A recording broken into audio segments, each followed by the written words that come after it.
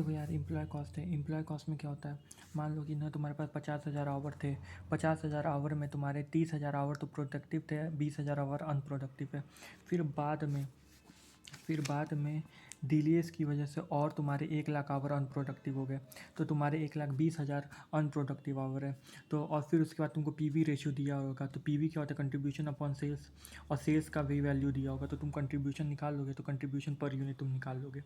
फिर 1,20,000 आवर तुम्हारे अनप्रोडक्टिव हैं, जिसमें से ना एक यूनिट बनाने में तुमको 10,000 आवर, दस आवर लगते हैं, तो 12,000 यूनिट हो जाएगा। तो इससे मल्टीप्लाई कर दोगे तो ये आ जाएगा, जिसमें से कि तुम्हारा ये वाला 83 वाला और 156 वाला और ये वाला, ये तीनों क्वेश्चन में दिया होगा।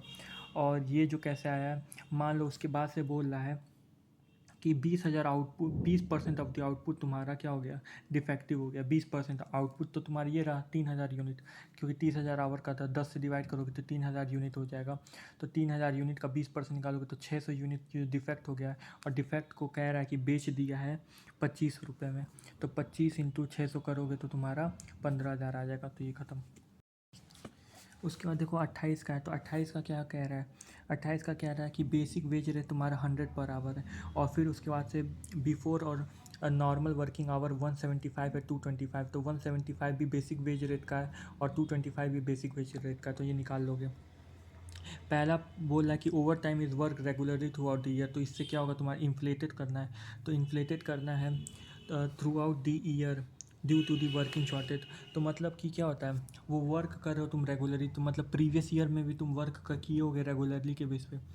तो प्रीवियस ईयर का लोगे 100 इंटू 175 इंटू 225 कर दोगे, उसको डिवाइड कर दोगे किससे, 1,25,000 आवर से, तो तुम्हारा क्या हो जाएगा, इन्फ्लेटेड रेट आ जाएगा।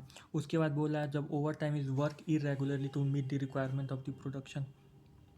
इरेगुलरली तो वो क्या होता है, वो वर्किंग ओवरहेड में जाएगा, वर्किंग ओवरहेड में जाएगा जो इरेगुलरली काम हुआ है। मान लो नॉर्मल तुम्हारा काम होता तो कैसे होता। अब तुम ये बोलोगे कि यहाँ पे ईयर का क्यों लिया, क्योंकि यहाँ पे लिखा है थ्रू आउट द ईयर, और इरेगुलरली है to meet the requirement of, तो मतलब उसका ओवरहेड। तो मतलब ना तुम एक काम करोगे, तुम 1,000 आवर इंटू क्या करोगे, बेसिक वेज आवर से तुम इंटू कर दोगे, तो तुम्हारा 1 लाख आ जाएगा। ये तो तुम्हारा आराम का हुआ। और फिर उसके बाद से ओवरहेड में तुम्हारा क्या आएगा, ओवरहेड में तुम्हारा जो तुम फैक्ट्री ओवरहेड में क्या जाएगा, जो तुम ओवर टाइम कर रहे हो, जो संडेज़ को हॉलीडे में काम कर रहे हो, तो 175 इंटू 100 कर दोगे, 175 इंटू 100 और 225 इंटू 25, तो वो आ जाएगा। फिर वो कस्टमर का है, तो और थर्ड में कस्टमर से तुम यही चीज़ चार्ज कर लोगे।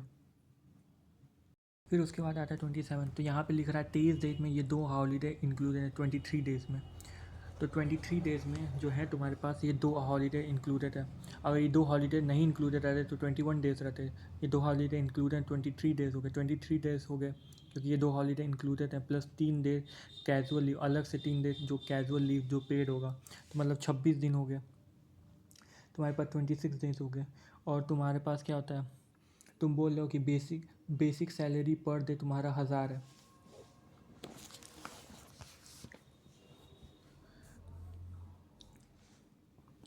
पहले तो तुम ओवर टाइम का देख लेते हैं। देखो यार, ओवर टाइम में क्या बोल रहा है, ओवर टाइम में twice the hourly rate only it more than the 9 hour a day. Overtime क्या हो गया, तो हॉलीडे के दिन में तो ओवर टाइम होता नहीं है। मतलब तुम्हारा ओवर टाइम का जो है 5 अगस्त और 13 अगस्त है, तो 5 अगस्त और 13 अगस्त में तुम 9 घंटे से ज़्यादा 10 आवर में तुम काम किए हो, तो ये होगा ओवर टाइम का कंसीडर। और उसमें से भी बोल रहा है कितना कितना काउंट, 8 से काउंट करोगे तो 8 9 10 2 आवर, और वो ट्वाइस बोल रहा है उसका बेसिक रेट का। तो बेसिक रेट का बेसिक रेट में क्या होता है, जब भी हमेशा बेसिक रेट, तो बेसिक प्लस डियरनेस अलाउंस आता है। तो बेसिक रेट में क्या आता है, बेसिक मतलब कि 1,200 पर डे था, तो 1,200 पर डे तुम क्या करोगे, 1,200 पर डे था, और एक तो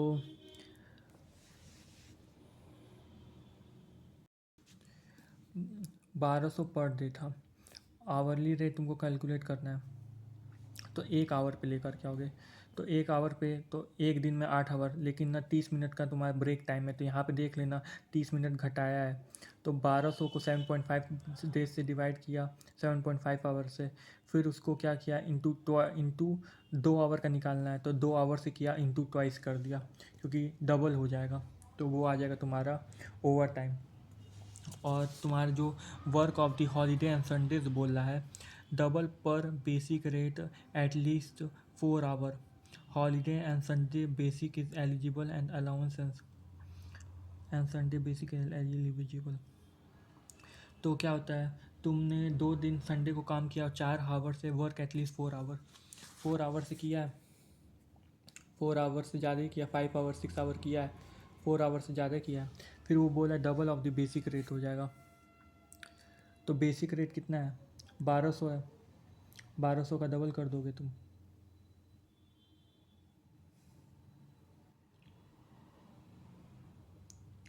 देखो यहाँ पे ना बोल रहा है बेसिक रेट है, तो बेसिक रेट यहाँ पे 1000 ही कंसीडर हो रहा है। और यहाँ पे बेसिक में बेसिक प्लस डीए क्वेश्चन में ऐसा इंक्लूडेड लेकर के बोल रहा है। देखो यहाँ पे तुम्हारा ना कंसीडर बेसिक एंड डीए बोल रहा है, और यहाँ पे तुम्हारा पर बेसिक रेट, तो बेसिक रेट मतलब 1000, तो 1000 डबल हो जाएगा।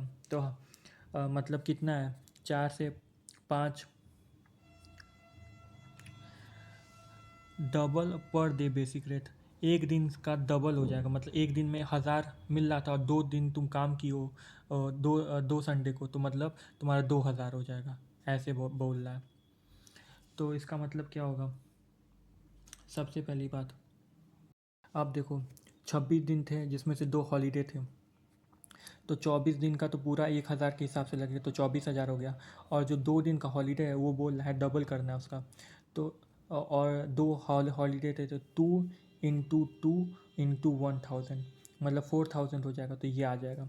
उसके बाद effective wage rate per hour निकालें, तो वेजेस अपॉन एक्चुअल आवर होता है, तो वेजेस तो आ जाएगी। तो एक्चुअल आवर क्या होगा, तो एक्चुअल आवर तुम कैसे निकालोगे, एक्चुअल आवर तो मतलब अब 23 दिन को कंसीडर करोगे एक्चुअल आवर में। 30 दिन तो कैजुअल लीव था, वो तो बस पेड के लिए निकाल लेते तुम, तो ऐसे कंसीडर करो। एक्चुअल आवर में याद रखना जो क्या नाम है, हॉल्ट टाइम होगा उसको माइनस करने के बाद। देखो ये तो संडे का था, तो संडे को तो भाई मैंने 5 घंटे 6 घंटे काम कर लिए, लेकिन मैं 19 डेज़ 7.5 आवर से काम करते लगा, और 2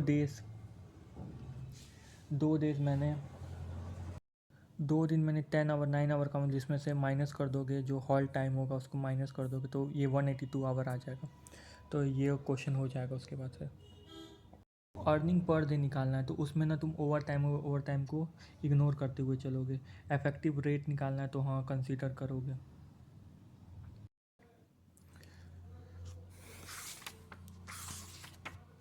देखो यार क्वेश्चन नंबर 26 में क्या होता है, क्वेश्चन नंबर 26 में ए paid eight 200 per day for 8 our, 8 our है। तो सबसे पहले ना इसका ना 1 आवर का निकाल लो। तो यहाँ पे जैसे 1 आवर का निकालोगे तो 25 होगा, 1 आवर का 12.5 होगा, 37.5 होगा। फिर यहाँ पे तुम नॉर्मल टाइम निकाल लो, एक्स्ट्रा टाइम निकालो और ओवर टाइम निकाल लो। नॉर्मल टाइम 9 आवर से ज़्यादा तो 8, 9 और 9 आवर से ज़्यादा क्या होता है, ओवर टाइम होता है। तो तुम क्या करोगे, 40 को प्लस करोगे, 4 को प्लस करोगे और इंटू 2 कर दोगे, क्योंकि ओवर टाइम को ना डबल कंसीडर किया गया है। Over time is twice on the ordinary wage rate, तो more than the 9 hour in a day और 48 आवर इन अ वीक, तो more than the 9 hour a day. तो इसको कंसीडर करोगे 10 को, क्योंकि तुम इसका ना आवर तुम ज़्यादा कर दोगे, 9 आवर ज़्यादा है तो 48 आवर से 49 आवर है, तो इसमें 1 आवर होगा, तो 1 × 2 करोगे तो 52, तो 49 + 2 51 आवर। और इसमें क्या करोगे, 40 + वो 44, 44 + 10 64 हो रहा है, तो ये ज़्यादा है। तो इस तरीके से तुम कंसीडर कर दोगे। उसके बाद से ये बोल रहा है द वर्कर इज़ टू पे डियरनेस अलाउंस, द वर्कर्स बोल रहा है, सारे मतलब मिलेंगे वर्कर ए बी सी को, सबको पेड होंगे dearness on the basic of the cost of living index number relating to the each month work out 968 for the relevant month, 968 for the relevant month, ठीक है। तो रुपीज़ क्या होता है 968 हो जाएगा। और the total number of the hour work 176 एक महीने में 176 आवर तुमने काम किया है, और एक्सक्लूडिंग हॉलीडे, और relating to each month 968 dearness और अलाउंस है फॉर द रेलिवेंट मंथ। तो एक आवर में मतलब एक आवर का कितना डियरनेस अलाउंस होगा, क्योंकि तुम ना यहाँ पे आवर वाइज कर रहे हो ना, इसीलिए 1 आवर में हमेशा ना एम्प्लॉय कॉस्टिंग का है तो हमेशा 1 आवर का सोचना हमेशा। तो आवर्स में निकाले तो 1 आवर का चाहिए, तो 968 डिवाइडेड बाई 176 करोगे तो 0.5 डियरनेस अलाउंस हो जाएंगे। तो 5.5 डियरनेस अलाउंस हो जाएंगे, ठीक है। और तुम्हारा जो ऑर्डिनरी वेज रेट है, तो वेज रेट मतलब क्या होता है, हमेशा ना देखो, अगर अलग से नहीं दिया है कि यहाँ पे बेसिक प्लस दिए ऐसे दिया हो कुछ में और फिर लिख रहा है बेसिक वेज रेट, तो मतलब वो दोनों में डिफरेंस है। लेकिन अगर लिख रहा है ऑर्डिनरी वेज रेट मतलब wage rate, basic veg rate, तो हमेशा ना या तो बेसिक लिख रहा है wage rate, ordinary wage rate लिख रहा है, इसका मतलब क्या होता है दोनों कंसीडर हैं। मतलब हमेशा वेज रेट को डियरनेस अलाउंस के साथ रखा जाता है। तो यहाँ पे तुम 25 को भी 0.5, यहाँ पे भी 0.5, 5.5 और यहाँ पर भी 5.5 को कंसीडर कर दोगे। उसके बाद तुम कर दोगे, उसके बाद ऐसे ही कर दोगे कि अगर वीकली का आवर जाते हैं कि उसका है वीक का आवर जाते कि ऐसे आवर जाते, तो वैसे करके तुम उसका निकाल लोगे। यहाँ पे देखो संडे इज़ वीकली हॉलीडे है, और ना the work hour 8 all week days and 4 hour on Saturday, और पेड होगा 8 आवर्स का। तो यहाँ पे ऐसा मत कर देना कि यहाँ पे 8 आवर्स लिखा है, तो 8 आवर्स लिखा है तो मतलब कि 16 आवर का पैसा दे दो, नहीं 8 आवर का ही दोगे। और यहाँ पे 4 आवर्स अगर तो 16 आवर्स का पैसा दे दो, नहीं ऐसा नहीं करना है। नॉर्मल टाइम उसका क्या था, नॉर्मल टाइम उसका 4 आवर है, एक्स्ट्रा टाइम कितना होगा उसका 4 आवर है। और उसके आगे जो तुम उसका आगे जितना किया होगा सैटरडे को वो तुम्हारा ओवर टाइम में जाएगा। नॉर्मल टाइम तो 4 आवर है, यहाँ पे लिखा है 4 hour on Saturday the worker are paid full wages of 8 hour, लेकिन 8 आवर का पे किया जाएगा। तो normal time 4 hour, extra time कितना हो जाएगा 4 आवर। तो इसको देख लेना एक बार। देखो उसके बाद ना आता है 25 में ना क्या पूछ रहा है,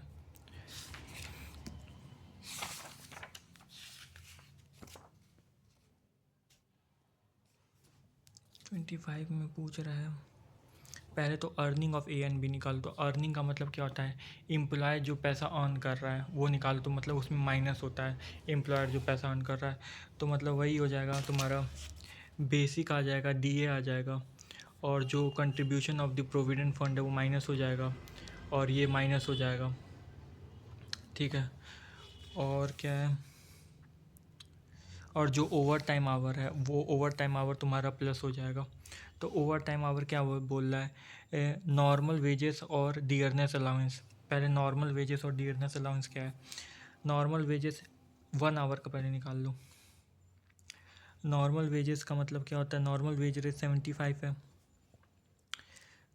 15,000 डिवाइडेड बाई क्या हो जाता है, कितना नॉर्मल वर्क है 200 है, तो 75 है। और वो क्या बोला 10 आवर ज़्यादा काम कर रहा है, तो 10 इंटू 70, और over time is paid double, तो 10 इंटू 75 इंटू 2 करोगे, 10 इंटू 75 इंटू 2 करोगे तो आ जाएगा तुम्हारा 1500।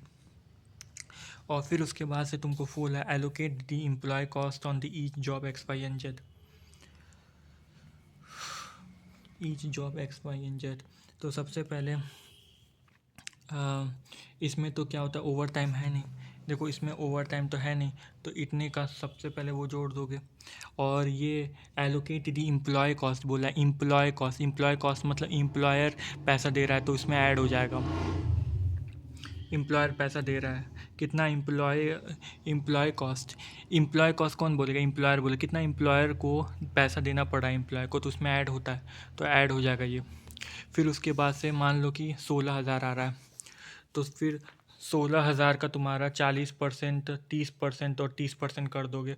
और जो ये ओवर टाइम है, वो ओवर टाइम स्पेशली किस पे है, वाई पे है, तो वो आ जाएगा। सॉरी सॉरी, ये बी का तुम ओवर टाइम नहीं है, लेकिन ए में तुम ओवर टाइम पहले ना तुम यहाँ तक का 2% तक का कैलकुलेट कर दोगे। तो ए का जो तुम्हारा 2% तक का कैलकुलेट करोगे जोड़ के 16,000 आएगा। अभी इसको ओवर टाइम को कंसीडर नहीं करोगे। फिर उसके बाद ना इसको एलोकेट कर दोगे 40, 30 और 30 में।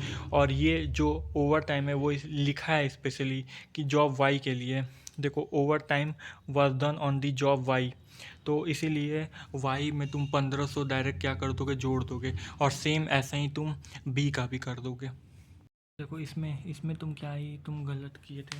देखो यार, हमेशा ना देख लेना ना कि इसमें ना क्या होता है, मंथ का डेटा है कि एनुअल का है। तो each employ each month, per month मतलब एक मंथ का है, एक एम्प्लॉय का है, ठीक है। और यहाँ पे बोल रहा है annual cost of the each employ, तो एनुअल का कॉस्ट पूछ रहा है हर एक एम्प्लॉय का। ईच एम्प्लॉय, तो ईच एम्प्लॉय तो है, लेकिन एनुअल कॉस्ट वो बोल रहा है, तो मतलब 12 से तुम इंटू करोगे। 12 से इंटू करोगे तो बोनस निकल जाएगा, एम्प्लॉयर कंट्रीब्यूशन। और total cost of the employees बोल रहा है, तो इसको तुमको डिवाइड करना पड़ेगा कितने से, पर एनम है तो इसको तुमको नंबर ऑफ़ एम्प्लॉय कितने दिए रखें 175, तो इसको 175 से डिवाइड करना होगा और फिर एक एम्प्लॉय का निकालना पड़ेगा। टोटल लीव्स 30 है, परमिटेड है, मतलब पहले तो 310 है, 8 आवर का है। तो सबसे पहले तो तुम 8 आवर का, एक दिन में 8 आवर काम होता है, जिसमें से तुम बोल रहे हो कि 30 days leave permitted during year, तो 30 दिन तो लीव माइनस कर तो 280 डेज हो जाएगा। तो 280 इंटू 8 आवर, तो उतना आवर आ जाएगा। उसमें से नॉर्मल आइडल टाइम कितना है, 70 आवर्स है, तो 2170 आ जाएगा। 2170 तुम्हारा आ जाएगा, ठीक है। उसका 2170 को डिवाइड कर दोगे, तुम्हारा आंसर आ जाएगा।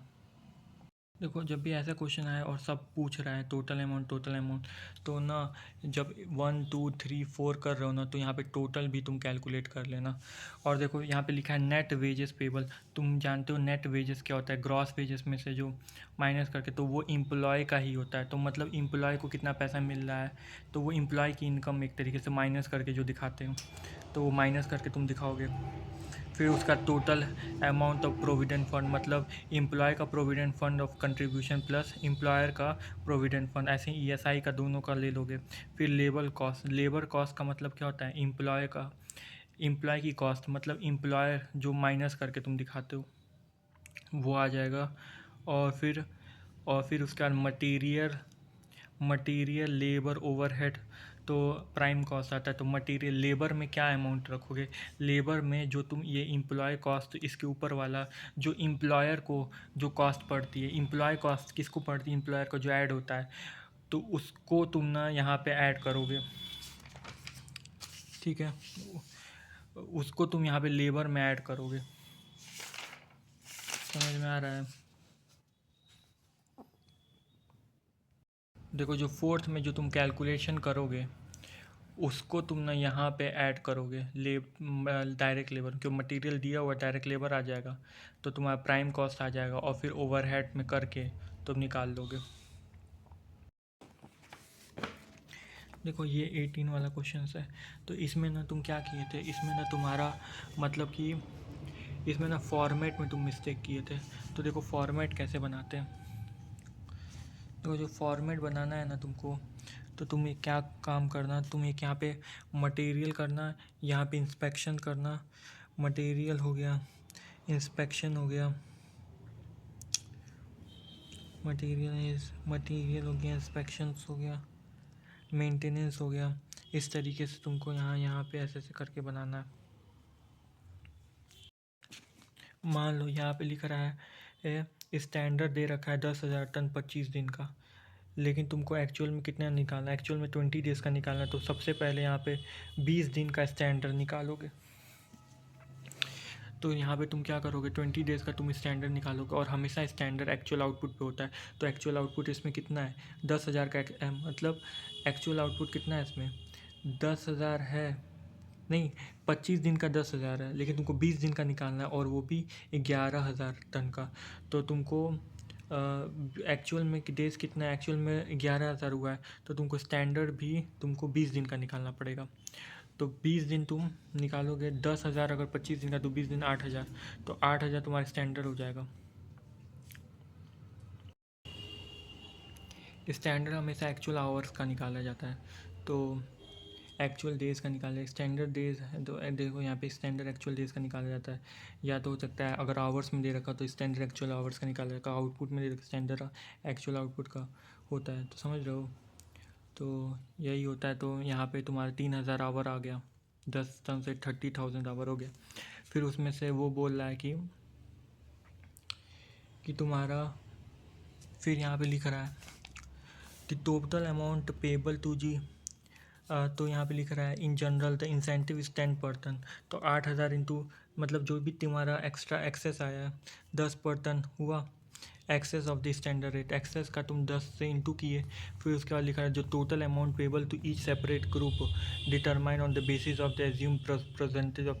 तो जो तुम्हारा 3,000 एक्सेस आया था इंटू द 30,000 को तुमको इन परसेंटेज में बांट देना है।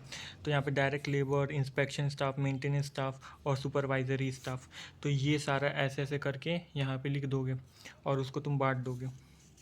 उसके बाद आ रहा है if the excess production is 20% above of the standard, तो 8,000 का 20% निकालो, 120% निकाल दोगे।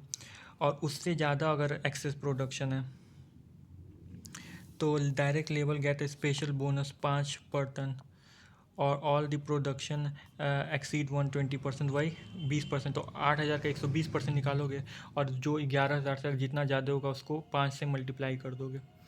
Inspection staff penalise 20% for any rejection by the customer in the excess of the 1% of the production.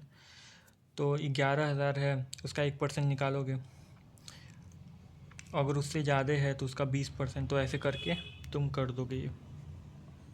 देखो यहाँ पे लिखा है 10 मैन है ग्रुप में और ना weekly production of group exceed 200 piece, एक आवर में 200 पीस बनाते हैं, अगर उसका वीकली प्रोडक्शन इतना इससे एक्सीड हो जाता है, each man in the group is paid as a bonus of the excess production in addition to the wage hourly rate.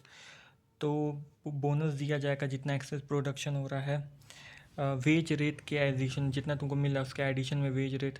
Bonus is computed thus, bonus इस तरीके से कंप्यूटेड होगा, ये बोल रहा है। तो स्टैंडर्ड तुम्हारे क्या है, 200 पीस पर आवर। तो यहाँ पे एक्चुअल आवर तुम्हारा इतना हुआ है, तो स्टैंडर्ड क्या होता है, हमेशा एक्चुअल आवर्स पे निकलता है, एक्चुअल आवर्स पे निकाल दोगे। तो स्टैंडर्ड 200 पर आवर, तो एक्चुअल आवर 480 है, तो 96,000 होना चाहिए था। 96,000 स्टैंडर्ड है, लेकिन यहाँ पे कितना एक्चुअल में तुम किए हो, इतना किए हो, तो कितना एक्सेस किए हो, कितना एक्सेस कर दियो, तो एक्सेस तुम क्या किए हो, तुम इतना ज़्यादा तुम एक्सेस कर दियो, ठीक है। तो उसके बाद से बोल रहा है एक्सेस, तो एक्सेस प्रोडक्शन पे तुमको वो मिलेगा, और कैसे बोनस कंप्यूटेड होगा ये दिया हुआ है।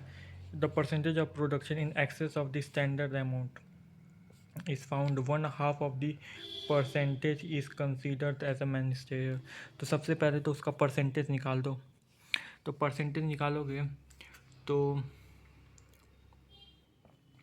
23,600 को डिवाइड कर दोगे तुम 96,000 से। 96 एक्चुअल से मत कर देना, तुम स्टैंडर्ड का परसेंटेज निकाल लो ना, तो स्टैंडर्ड तो इतना परसेंटेज है, उसका 1/2 कर दोगे तो 12.29% हो जाएगा। उसके बाद से क्या होता है, find 1/2 of the percentage consumption, each man is group is paid bonus is a percentage on the average rate of 32 per our.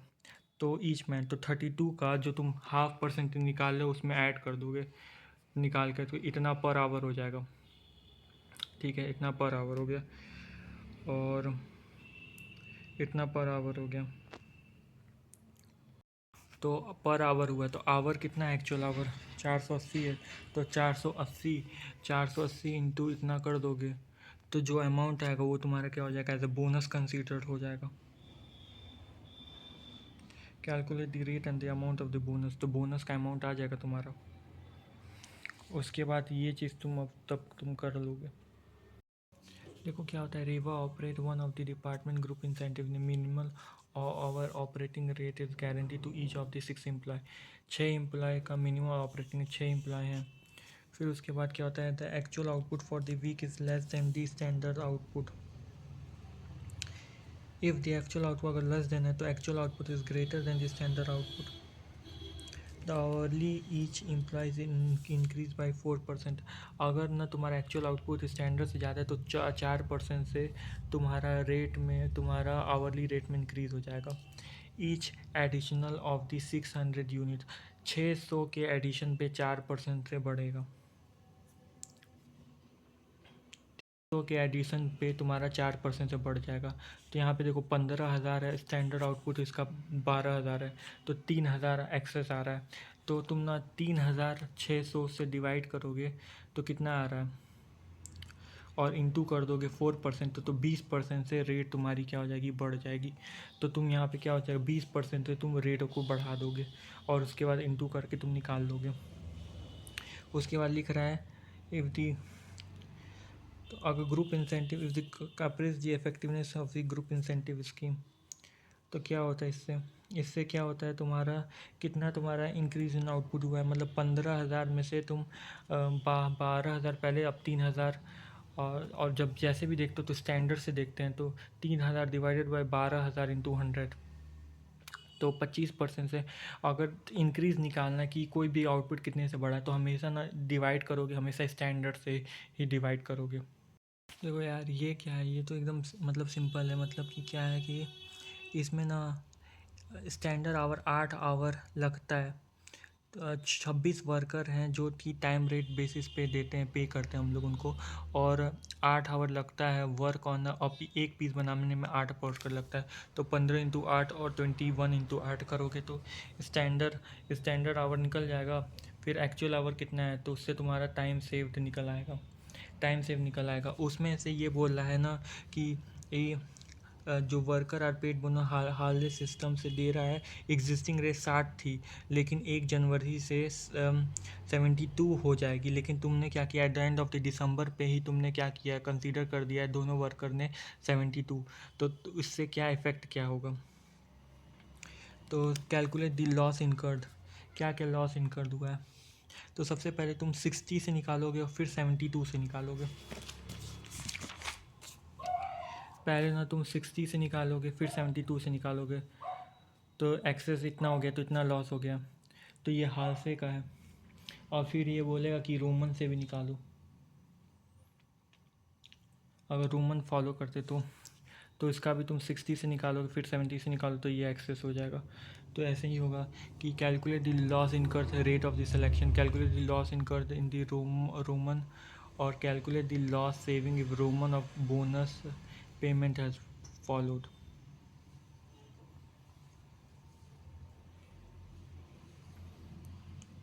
Loss और सेविंग,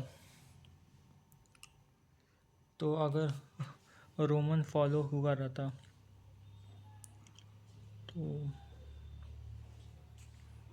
8,714 एक्सेस हुआ इसमें, और इसमें तुम्हारा 13,220, तो रोमन फॉल तो एक्सेस हो गया रहता ज़्यादा। तो मतलब ऐसे तुम देख लोगे इसको। देखो यार एक चीज़ का और ध्यान रखना, अगर ना मान लो कि क्वेश्चन में एक वर्कर का निकालने के लिए बोला है तो निकालोगे, नहीं तो अगर कुछ भी नहीं बोला है तो सारे के सारे वर्कर का निकाल लोगे, ठीक है। और ये क्वेश्चन नंबर 13 ना तुमको पूरा सॉल्व करना पड़ेगा, लेकिन मैं बता दे रहा हूँ कि 400 वेजेस हैं पर वीक, 40 आवर, तो 1 आवर का तो सबसे पहले निकालोगे, तो 1 आवर का तो निकाल लेना रहता है। फिर उसके बाद से बोल रहा है, तो यहाँ भी लिख रहा है अगर overtime work to up to 15 maximum 15 hour per week, 15 hour per week तक मैक्सिमम, तो time rate plus 1/2 of the premium तुमको मिलेगा। तो टाइम रेट कितना है, टाइम रेट 10 हो गया और half of the premium,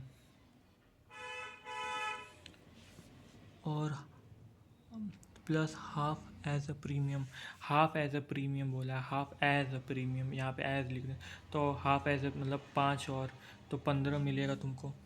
the current output 6 unit per man hour है which man regarded as standard output. और इफ बोनस इज इंट्रोड्यूस तो वो बोल रहा है कि 8 यूनिट पर मैन आवर हो जाएगा। अभी ये है बोनस इंट्रोड्यूस हो जाएगा तो ये इतना हो जाएगा। उसके बाद से the worker will if necessary continue to work overtime to a specified limit, no premium or incentive will be paid.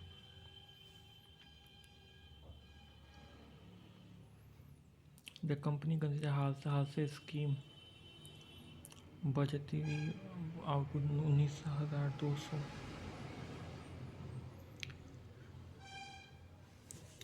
Budgetary output तुम्हारा इतना आउटपुट है, तुम्हारा स्टैंडर्ड आवर इतना है और एक्चुअल आवर यहाँ पे प्रेजेंट में तो स्टैंडर्ड है एक्चुअल यहाँ पे है, लेकिन यहाँ पे तुम्हारा 8 आवर है, 8 यूनिट है ना, 19,200। आउटपुट कितना है तुम्हारा 90,200। तो एक यूनिट में 8 आवर लगता है तो तुम्हारा निकाल लोगे हाल से का। फिर उसके बाद से तुम सेल्स दिया है तुम्हारा डायरेक्ट मटेरियल, ये डायरेक्ट वेजेस में तुम हाल से और रोमन से निकालोगे, हाल से और रोमन से। और प्रेजेंट में तुम क्या, प्रेजेंट में जैसे कि डायरेक्ट वेजेस में पहले तो 2400 है और 15 आवर से 60 वर्कर्स हैं तो 60 वर्कर्स तुम्हारे 40 आवर काम कर रहे हैं तो उसको तो नॉर्मल वेज से मिल जाएगा, और बाकी के जो एक्स्ट्रा काम किया उसको 15 रेट से मिलेगा। तो उसके हिसाब से किया हुआ इसको एक बार पूरा कर लेना। और हम हाँ अगर एक का नहीं बोला है तो पूरे वर्कर का निकालोगे, ठीक है। उसके बाद आता है क्वेश्चन नंबर 12। अरे यार